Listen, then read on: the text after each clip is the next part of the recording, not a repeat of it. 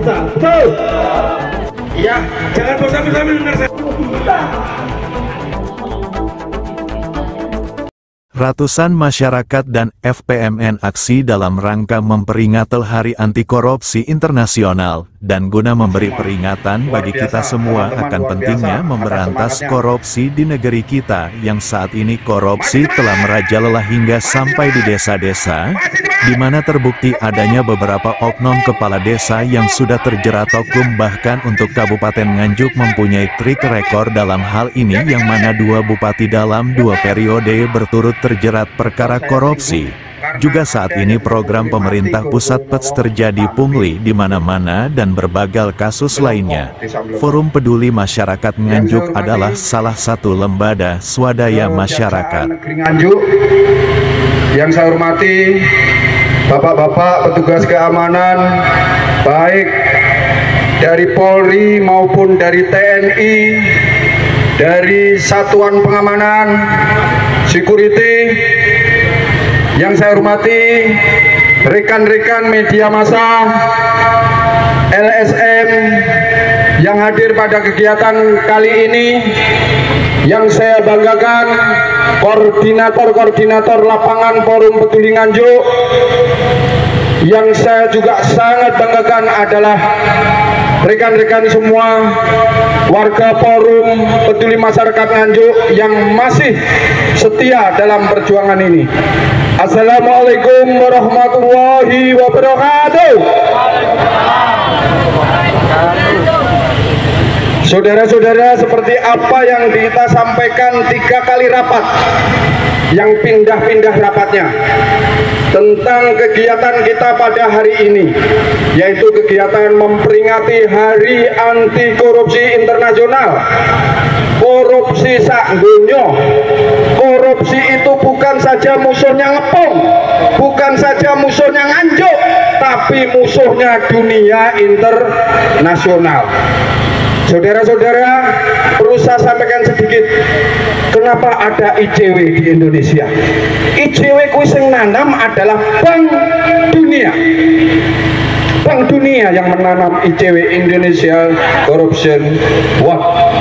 Kenapa dunia internasional menanam orang-orang yang mengontrol tentang korupsi di Indonesia? Karena Indonesia ini nomere paling dhuwur dhewe. Tentang apa? Tentang korupsi. Kata panding padir kita, kata tokoh-tokoh kita, ahli hukum pidana Bapak Profesor Mahfud MD, bahwa korupsi di Indonesia ini setiap tahunnya korupsi itu melebihi APBN. Coba, sing dikorupsi apa kok melebihi APBN? Nah, APBN apa ora 13? Memang sebagian adalah dari APBN dan sebagian yang lebih besar adalah pinjaman dari luar negeri.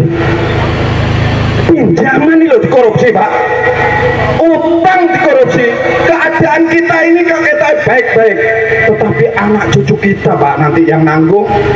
Nek bocah sekolah SMP diomongi, sangisore diomongi, kira-kira para pejabat kita dikeroyok rame-rame, ya Pak? Karena ribuan triliun kita punya utang. Itu bukan dibuat apa, tapi dikorupsi, luar biasa korupsi. Ya, korupsi kita luar biasa. Podo karena Nganjuk. Sampai koncoku tahu ngomong, enek pemimpin sing gawe pencitraan goblok menyatakan Nganjuk nyawiji. Bae nyawiji apa? Nyawisi siji. Nyawisi siapa? Nyawisi kepala bagian, kepala dinas, nyawisi camat, ngantek nyawisi lurah. Kenapa nek nyawisi apa? Sampai nang wong tani, roh nek panen. Jadi pejabat kabak, kepala dinas, ngantek tingkat lurah kuwi. Drep nek sawah ke lho. Jadi nyetor Pak. Jadi nek panen kuwi bawone dikekne lurah-lurah malah. Yang dari apa? Dari segala kegiatan yang ada di Nganjuk ini dikorupsi. Ayo, nah orang percaya. Saya tahu persis. Saya pernah ketemu pimpinan nasional Asosiasi Pengusaha Indonesia APindo, Pak Sofyan Wanandi bersama Pak Mukhtar Papahan. Saya ketemu bahwa di dalam sistem proyek itu adalah yang mengerjakan atau yang mendapat proyek itu seharusnya mendapat keuntungan 35%. 35%. Kenapa diberi keuntungan? Karena berisiko. Misalnya musim, misalnya hutang di bank dan lain sebagainya. Itu diberi keuntungan. Namun fakta di Indonesia, orang mendapatkan proyek itu sudah mengeluarkan biaya 40%. Ayo, aslinya rugi apa untung? Rugi 5% oleh proyek. Pak, saya pernah ditawari proyek. Pak, itu hanya rehab berapa papan. Saya dikasih 36 juta. Untung sebenarnya saya. Tapi ternyata asalnya itu adalah 100 lebih. Waduh. Sing 36 pun kon tanggung jawab, sing wis digerogoti 100 luwih. Ora, Pak. Ini keadaan kita. Jadi artinya sistem pengusaha, jenenge wong usaha iki kan golek untung, Pak. Golek untung. Karena wis rugi 40% tadi, wis bayar 40%, rugi 5%, piye carane golek untung? Nek nggarap aspal yo mangan aspal. Nek garap semen yo mangan semen. Aku sing tak sedih Pak nek ning rumah sakit. Nek garap mayit apa arek mangan mayit. Garap sapi tank. Ini bukan saya cerita, saya praktek lapangan. Zaman corona. Sehingga rumah sakit sekarang kalau ribut sama saya tekan. Kowe wis mateni wong akeh. Kowe wis mateni wong akeh pada zaman corona. Nek ora percaya Pak corona kan ro kabeh ya. Gawe ku ngedusi wong mati. Ya ora ketularan. Jadi di sana gini, aku ngantar orang kecelakaan. Bareng datang di sana dicek positif, masuk isolasi. Aku ngeterne wong loro ning Greges, dicek positif, masuk ruang isolasi. Aku ngeterne wong loro jantung, positif, masuk ning ruang isolasi. Loro poe masuk ning ruang isolasi. Yang lebih jauh saya mendapat informasi ada yang beritahu adalah petugas rumah sakit yang saat itu minta tolong saya, jaluk tolong aku Pak, pegawai negeri rumah sakit jaluk tolong aku. Soal apa? Soal insentif waktu pemerintahnya si Marehen. Soal insentif lah, sing oleh insentif itu mau bos-bose, sing tukang dorong yang berisiko kira oleh. Jadi cerita mbak aku Pak, orang-orang itu kalau di ruang isolasi tinggal nunggu mati. Sebab apa? Komplikasi Pak. Jantung neng kono, paru-paru neng kono, lorong kono, obatnya corona. Ngeri Pak. Jadi nek wong ngepong tak jemput paksa tak oleh nih. Nek anak sengengkel tak jegelut. Termasuk dulu Dandim Pak Joko tak kasih tahu. Tak jegelut nek perlu. Karena ada salah satu orang di Ngepung sakit, almarhum Suluh. Sakit paru-paru sudah dinyatakan oleh Dr. Arifin, ahli paru. 10 hari kontrol, tapi dinyatakan oleh pejabat Nganjuk goblok ini dia positif. Mau dibawa ke hotel, 2 hotel, Hotel Wilis dan Hotel Sanggra. Apa yang saya tanya kepada Pak Dandim? Pak Dandim, ada saya satu pertanyaan saya. Kalau memang pertanyaan bisa dijawab, monggo. Bah, digawa ning langit monggo. Karena butuh sehat. Ternyata apa? Apa pertanyaannya? Kalau di Hotel Wilis atau di Hotel Seranggaan diobati? tidak bisa menjawab Pak Dandim. Siap salah. Lah nek ngono Pak Dandim, nek memang kira-kira ninggal wani tak gene omah ning sanding kuburan. Iya ta? Ora repot-repot. Karek jegurne ya. Gila. Ini loh keadaannya wong ngomong goblok. Sing saiki calon. Monggo wong mendo. Tapi karena rakyatnya ini sudah dimendokan lama, maka ya pada mendoni. Angger enek 50 apa maneh rodok buru titik 100 ya dipilih. Gitu. Mulane apakah pemilu, apakah pilkada ora enek sing wani nari wong forum ya ora? Gak wani nari wong forum. Mergo nek wong forum mau dikai duit tambani nek perlu dilaporne. Karena ada undang-undang pemilu tentang money politik. Gak wani nyedeki wong forum. Akhirnya forum menyatakan diri mendukung salah satu calon wis terakhir. Karena apa? Menyelamatkan forum di dalam berbangsa dan bernegara. Kita punya hak dan kewajiban di dalam pemilihan umum. Nah, jadi saudara-saudara sekalian, bahwa hari ini kita melakukan aksi unjuk rasa ke kejaksaan. Kenapa? Karena kejaksaan ini upomo omah iki pintune uang iki iso mlebu omah apa ora? Kejaksaan. Di dalam pemberantasan korupsi di tingkat kabupaten ada di kepolisian namanya Tipikor, tindak pidana korupsi ya Tipikor. Itu ada kanitnya Tipikor. Di kejaksaan ini ada tindak pidana khusus. Nah, korupsi ini adalah bagian dari tindakan yang harus diberi tindakan khusus. Makanya teman saya tadi tidak setuju ketika wong korupsi kon balik. Karena di dalam hukum, pelaksanaan hukum ini kan ada pidananya khusus.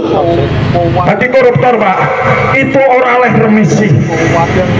Dia juga dicabut hak politiknya. Kok iso terima kon balik nih. Nah, inilah saya melihat bahwa memang kejaksaan selama ini sudah menjalankan fungsinya. Yang kedatangan saya di sini akan memberi tambahan masukan. Kemarin kita sudah melaporkan teman-teman tadi di dalam orasi. Saya minta maaf kalau ada yang masih menyinggung soal kasus ngepung. Karena dalam kasus ngepung ini kejaksaan sudah melakukan tindakan, melakukan langkah-langkah positif. Dengan apa? Kata kasarnya merintah neng inspektorat agar turun ke lapangan dan melakukan audit. Kenapa diaudit? Supaya tahu kerugian negara ki piro, ngoten lho. Sing dicolong kuwi piro.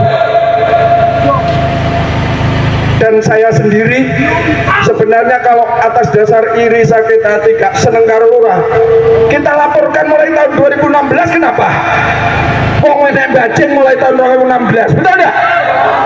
Contoh nih Pak Kejari, Pak Kasat, desa satu-satunya di Ngepung saya pernah lonmak Ngepung sampai Jakarta. Sing ora ndek gapura yo desa Ngepung, desa gede ya ora. Begitu arep berangkat awak dhewe baru dikorek-korek ya gapura jenengan. Ket saiki lho listrike lho ora iso bayar.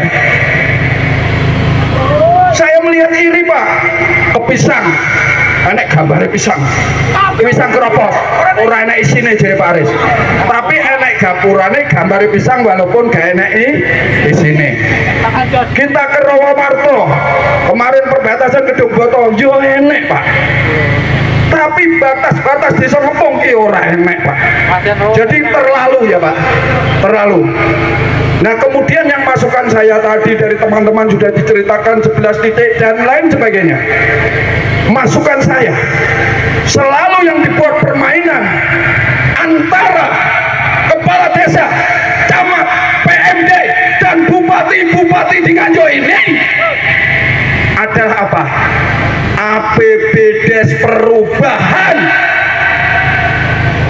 Loh, memang di undang-undangnya boleh melakukan APBD, APBN perubahan boleh, tetapi ada secara teknisnya itu diatur dalam pelaksanaannya. Harusnya yang merencanakan LPM, para RT, ketika ada perubahan anggaran itu dikumpulkan, dirapatkan. Tetapi sampai hari ini ketika ada perubahan-perubahan kita tidak tahu, betul? Apa meneh Pemda? Pemda ini lebih kotor, betul tidak? Lebih kotor. Karena apa? Saya menuntut adanya transparansi dana desa terus menerus. Dalam 1 tahun kita aksi hampir tiap bulan, bahkan 2 minggu sekali ke pemerintah kabupaten. Gak enek langkai, gak enek tindakannya. Yo zamane Marhen termasuk diantaranya. Gak ada langkah-langkahnya. Saya lapor malah apa? Ada konspirasi politik. Pada saat itu disepakati cara untuk menghentikan aksi transparansi dana desa adalah para tokoh-tokoh yang diceplung nih penjara, betul tak? Dimasukkan penjara saya dan teman-teman oleh pemerintah Marhen dan kawan-kawan. Dimasukkan penjara, Pak. Tolong Pak, ini pendukungnya ben paham nek belo aja direwangi nyawa wong dhek kuwi nyolong kok mbok belo. Saya dipenjarakan hanya minta transparansi, aku ora njaluk apa-apa. 5 orang Pak dipenjarakan di sana melalui rapat Pak. Saya tahu ada pengakuan dari Satpol PP, keterangannya di pengadilan. Keterangan di pengadilan, bukan cerita bahwa siapa yang memutuskan dan lain sebagainya, jelas bisa dilihat di pengadilan. Kebetulan pengadilan yang selama ini dihargai masyarakat, nah aku ngomong ya pengadilan tahan. Bahkan saya melihat begini, hukum ini yang berasal dari negara Latin sana disebutkan bahwa para hakim itu adalah pengganti Tuhan di dunia. Oke Pak Sinter, ini yang sekolah hukum tahu, pengganti Tuhan di dunia.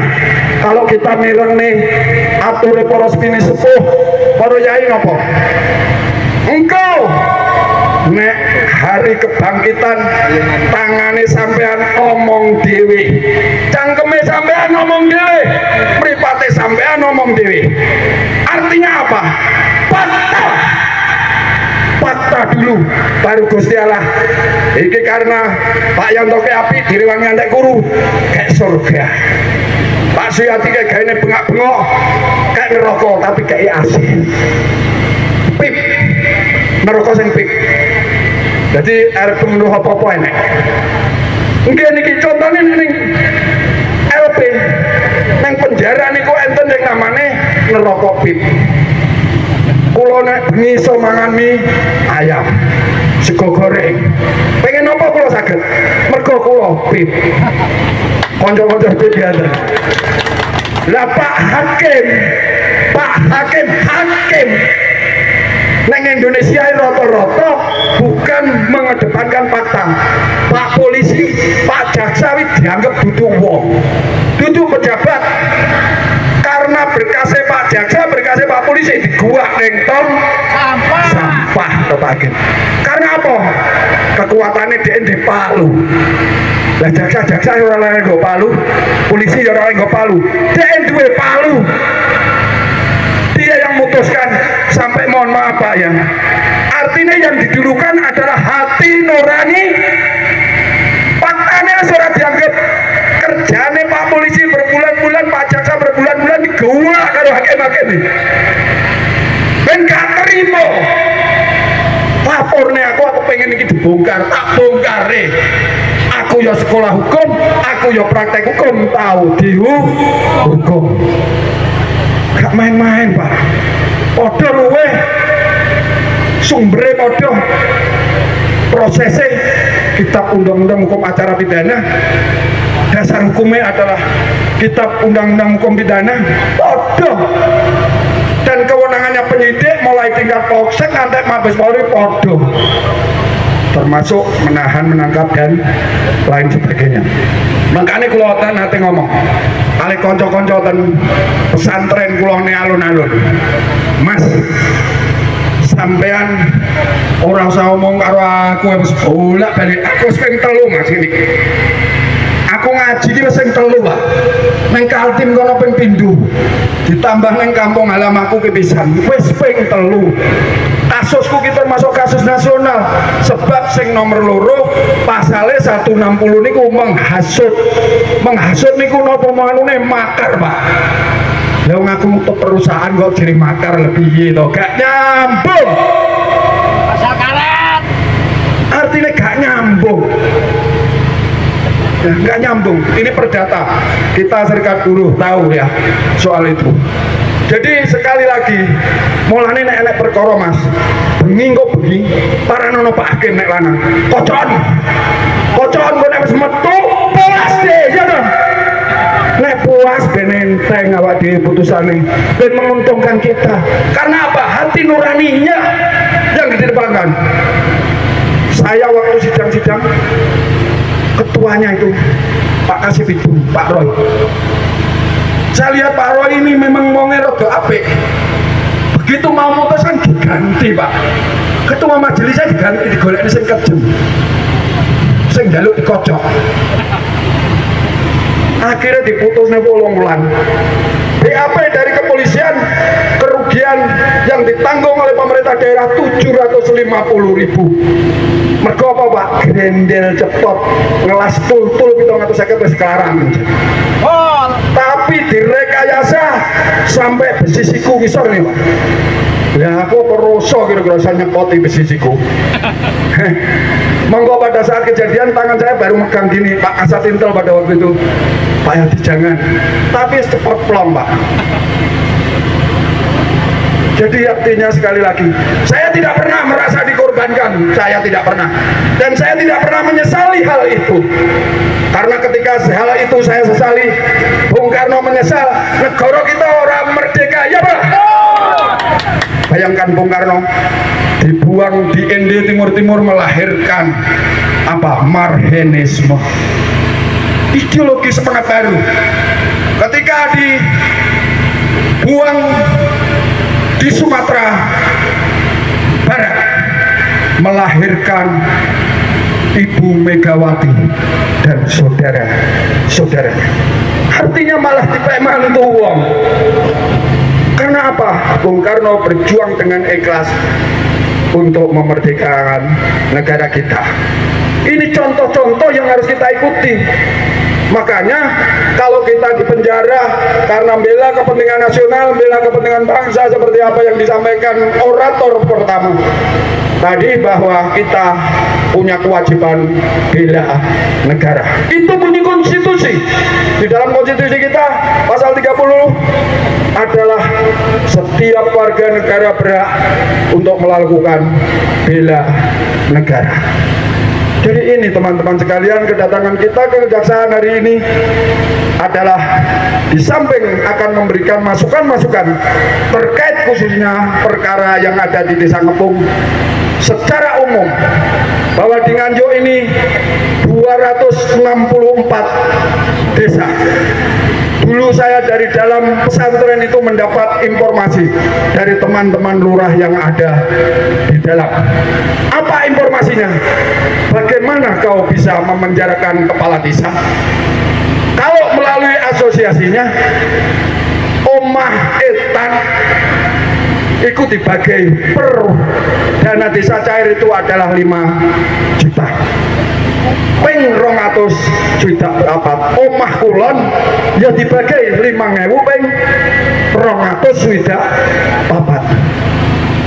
Kalau mau tanya, apa buktinya? Saya buktinya. Apa saksinya? Saya saksinya. Saya punya catatan 286 orang-orang yang di dalam LP pada saat saya ada di sana. Ada catatan saya. Dan catatan saya pasti ada di pengadilan. Kalau tidak ada, dia lebih berbahaya. Karena apa? Ini adalah dokumen negara, ini adalah arsip negara. Orang-orang yang di penjara itu dibiayai luar biasa, Pak. Sehingga pada zaman corona dulu muncul adanya asimilasi, memotong tahanan. Tujuannya apa? Mengurangi anggaran negara. Triliunan Pak ngingoni tahanan nih se-Indonesia. Makanya saya kadang setuju dengan orang tidak di penjara tapi disuruh mengembalikan. Sebenarnya bukan begitu. Kata Pak Mukhtar Papahan adalah buatlah seperti di Brasil, buatlah seperti di Prancis. Itu ada namanya undang-undang pemiskinan. Upama korupsinya 1 miliar, 1 triliun, dia harus membayar dulu 1 triliun atau 1 miliar. Mongko kita tahu persis, nek lurah korupsi mesti nyogok dah, nyogok PM, nyogok bupati. Lurah sing ngamoh, duwe wis didom-dom, penjara kon ngakoni dhewe. Nah, dengan adanya undang-undang pemiskinan itu adalah adil, termasuk bukan saja pada koruptor tetapi kepada keluarganya. Hasil korupsi disita, upama duit enek piro omahmu ketu disita dibayar. Undang-undang pemiskinan atau permasalahan aset negara, dan ini yang lagi didorong oleh teman-teman segera dibawa ke prolek, ditetapkan oleh anggota DPR. Sekali lagi Pak Kasih Intel Kejaksaan, Pak Koko, saya mohon nanti ketika dari Inspektorat memberikan auditnya, termasuk diantaranya harus dicurigai soal apa? Soal APBDes perubahan. Karena sampai hari ini APBDes perubahan itu tidak diberitahukan, baik yang merencana mulai dari RT RW LPM. Betul ya Pak Jokan? Ini adalah salah satu anggota LPM, Pak, bendahara LPM. Jadi perubahan ini nggak terti, jadi saya naik udele kanggo nutup-nutupi dan lain sebagainya. Sekali lagi harapannya teman-teman, dari 264 desa ini kalau kita perbaiki, sing wis ya wis, yang ke depan itu lebih baik, terutama pemerintahan yang baru, siapapun pemimpinnya. Walaupun pemerintahan baru sekarang bisa jadi, saya tahu persis, karena sistem, bukan karena dipilih rakyat. Saya yakin jadinya pemerintahan di setiap pemerintahan itu bukan karena dipilih rakyat, tapi karena sistem. Sistem apa? Bahwa untuk menjadi kepala-kepala, mulai kepala negara sampai di kepala desa, kepala provinsi, kepala kabupaten kota, itu adalah memerlukan biaya yang besar. Artinya dengan yang biaya yang besar, bagaimana dia bisa bersih? Tahe apa nih? Pasti dia maling. Karena memang biaya yang dikeluarkan besar. Bagaimana saya menggalaikan? Saya tahu persis. Saya juga sedih, Pak, ketika para kepala desa sampai kepala negara ini dipilih karena uang bangga. Menyedihkan, Pak. Saya pernah calon kepala desa tahun 90. Orang itu mengantar gula, kopi ke rumah. Tak keluar biaya 1 sen pun saya. Tapi zaman itu, zaman Orde Baru, memang kita tidak sanggup melawan pada saat itu. Kecil sekali kami, bukan seperti sekarang. Maka saya sesalkan juga para pemimpin PDI. Ketika zaman susah dulu bisa melawan, tapi saiki memenangkan pemilu, pada bidak, betul. Ini menyedihkan sekali. Jadi partai wong cilik, saya dulu sudah mati-matian berjuang. Sekarang menang pemilu kok podo hingkem cocok deh. Kawan-kawan sekalian, sekali lagi bahwa kedatangan ke sini kita adalah melaksanakan konstitusi. Kewajiban kita bela negara. Setiap ada kegiatan-kegiatan yang terkait masalah negara, maka forum pasti akan hadir dan di garis paling depan. Untuk apa? Untuk kemerdekaan yang sudah dilakukan oleh nenek moyang kita dengan berdarah-darah dan meneteskan air mata yang luar biasa. Sekali lagi saya mohon nanti disampaikan Pak Kajari, kami Forum Peduli Masyarakat Ngepung siap bekerja sama dalam apa? Dalam pemberantasan korupsi. Minimal kami bisa memberikan informasi bukti awal, karena itu adalah bagian dari alat bukti ya. Petunjuk, kita bisa nanti memberikan petunjuk itu. Kurang lebihnya mohon maaf. Akhirul kata wabillahi taufiq wassalam. Wassalamualaikum warahmatullahi wabarakatuh. Ngepung, ngepung, ngepung, pisang, pisang, pisang. Jati kalian ngerombak, semuanya harus siap karena ini adalah demi kepentingan kita bersama. Akhirul kata wabillahi taufiq wassalam. Wassalamualaikum warahmatullahi wabarakatuh.